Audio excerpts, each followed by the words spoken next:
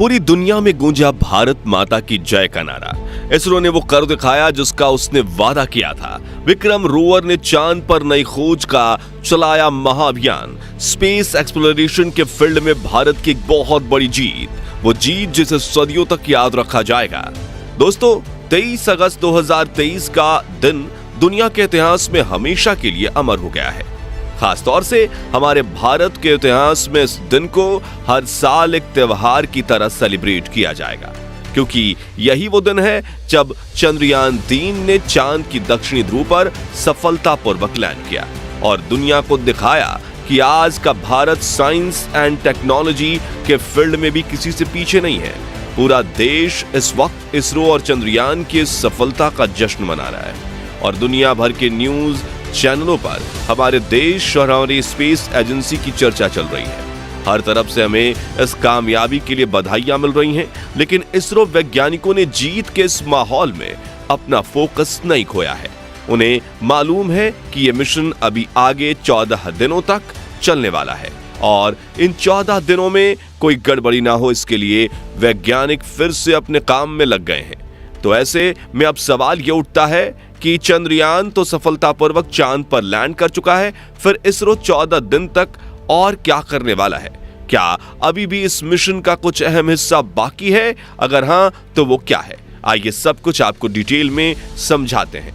दोस्तों, जैसा कि आप सभी जानते हैं कि 23 अगस्त की शाम चंद्रयान 3 की लैंडिंग को करोड़ों लोगों ने लाइव देखा और ये दुनिया में एक नया कीर्तिमान बना। दरअसल अलग अलग राज्य सरकारों द्वारा इस ऐतिहासिक पल की लैंडिंग को लाइव दिखाने के लिए खास इंतजाम किए गए थे।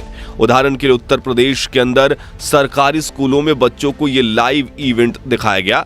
साथ ही लोग अपने मोबाइल और टीवी पर भी इस ऐतिहासिक पल को देख सके, इसका भी खास इंतजाम था।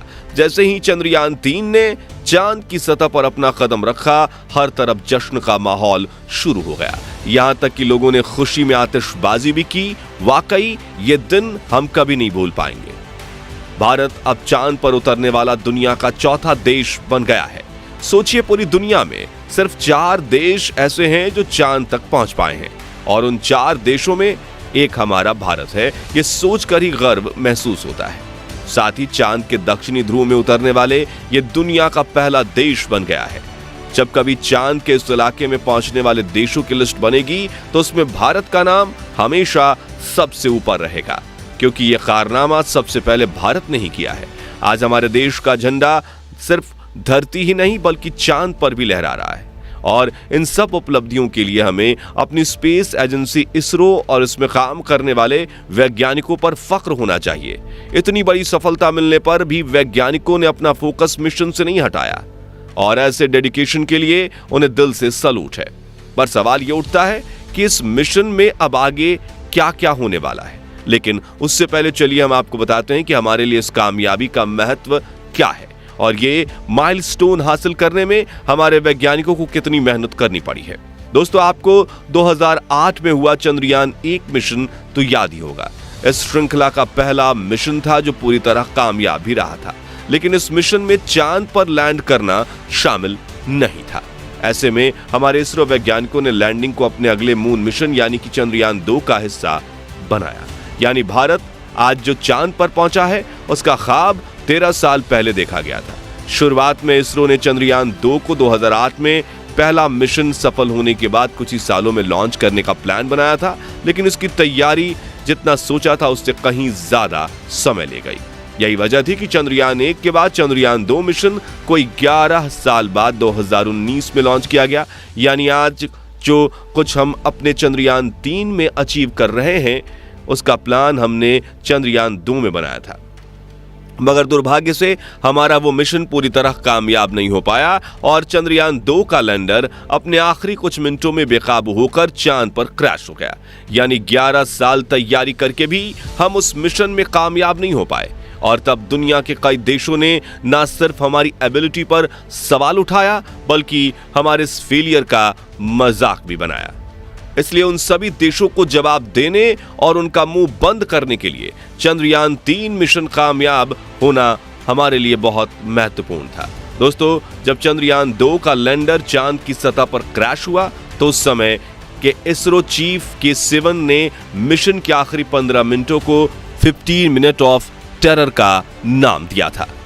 और उन 15 मिनटों की याद में हमारे जहन में चंद्रयान 3 की लैंडिंग के दौरान भी जिंदा थी। हमें बस यही डर सता रहा था कि 4 साल पहले जो चंद्रयान 2 के साथ हुआ वो दोबारा ना हो। असल में दोस्तों, इस तरह के मिशन जिसमें किसी दूसरे प्लेनेट या सेलेस्टियल बॉडी पर लैंड करना होता है, उनमें लैंडिंग से पहले कुछ मिनट बहुत ज्यादा क्रिटिकल होते हैं। चंद्रयान 2 की बात करें तो वो उन आखिरी पलों में हॉरिजॉन्टल से वर्टिकल नहीं हो पाया था, जिसके चलते उसने क्रैश लैंड किया था। लेकिन इस बार इस तरह की सभी मुसीबतों से निपटने के लिए हमारे वैज्ञानिक पहले से ही तैयार थे। यहां तक कि इसरो चीफ एस सोमनाथ ने पहले ही ये कह दिया था कि चाहे चंद्रयान के सारे सेंसर्स और 2 इंजन फेल ही क्यों ना हो जाए, तब भी चंद्रयान 3 लैंड जरूर करेगा। इसके अलावा अगर सिचुएशन बिल्कुल खराब हो जाती तो इसरो ने इसके लिए भी प्लान बी बनाया हुआ था। ऐसी कंडीशन में लैंडिंग को डिले कर दिया जाता और फिर 27 अगस्त को चांद पर ये उतरता। लेकिन सौभाग्य से ऐसा कुछ नहीं हुआ और हमारा चंद्रयान प्लान ए के अनुसार ही चांद की सरजमी पर सुरक्षित रूप से लैंड कर गया। अब बात करते हैं ये मिशन 14 दिनों तक और क्यों चलने वाला है। असल में दोस्तों, अभी तो चंद्रयान 3 का रोवर बाहर निकला है। अब आगे उसे इस अंधेरी और वीरान दुनिया में अपने रिसर्च को अंजाम देना है, जिसके लिए उसे वहां भेजा गया है। और इसरो वैज्ञानिकों ने इस रिसर्च को पूरा करने के लिए 14 दिन यानी कि एक लूनर डे का प्लान बनाया है। इस काम करने के लिए चंद्रयान 3 के साथ प्रज्ञान रोवर भी भेजा गया है और एक 6 पहियों वाला ये बेहद ही आधुनिक रोवर वहां खोज करेगा। अब प्रज्ञान रोवर की मदद से इसरो वैज्ञानिक चांद के अलग अलग हिस्सों में जाकर वहां अपना टेस्ट करेंगे। हमारा ये रोवर चांद की सतह के सैंपल कलेक्ट करेगा और उन पर जरूरी टेस्ट रन करके जो रिजल्ट आएगा उसे पृथ्वी पर यानी इसरो वैज्ञानिकों को भेजेगा। इन 14 दिनों में चांद के वायुमंडल, मिट्टी और पत्थरों पर शोध किया जाएगा। साथ ही वहां आने वाले भूकंप का भी इसरो वैज्ञानिक गहनता से अध्ययन करेंगे।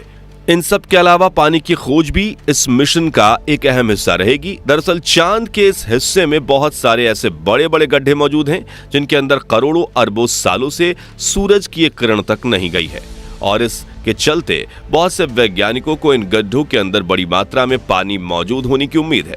तो ऐसे में इस पर भी इसरो वैज्ञानिकों की खास नजर है। अगर सच में इन गड्ढों के अंदर पानी का कोई बड़ा स्रोत मिलता है तो ये चांद पर जीवन बसाने की दिशा में एक बहुत बड़ी कामयाबी होगी। ये सारे टेस्ट और रिसर्च पूरा करने में इसरो को 14 दिन लगेंगे और ये काम पूरा होने के बाद चंद्रयान 3 मिशन को आधिकारिक रूप से संपूर्ण मान लिया जाएगा।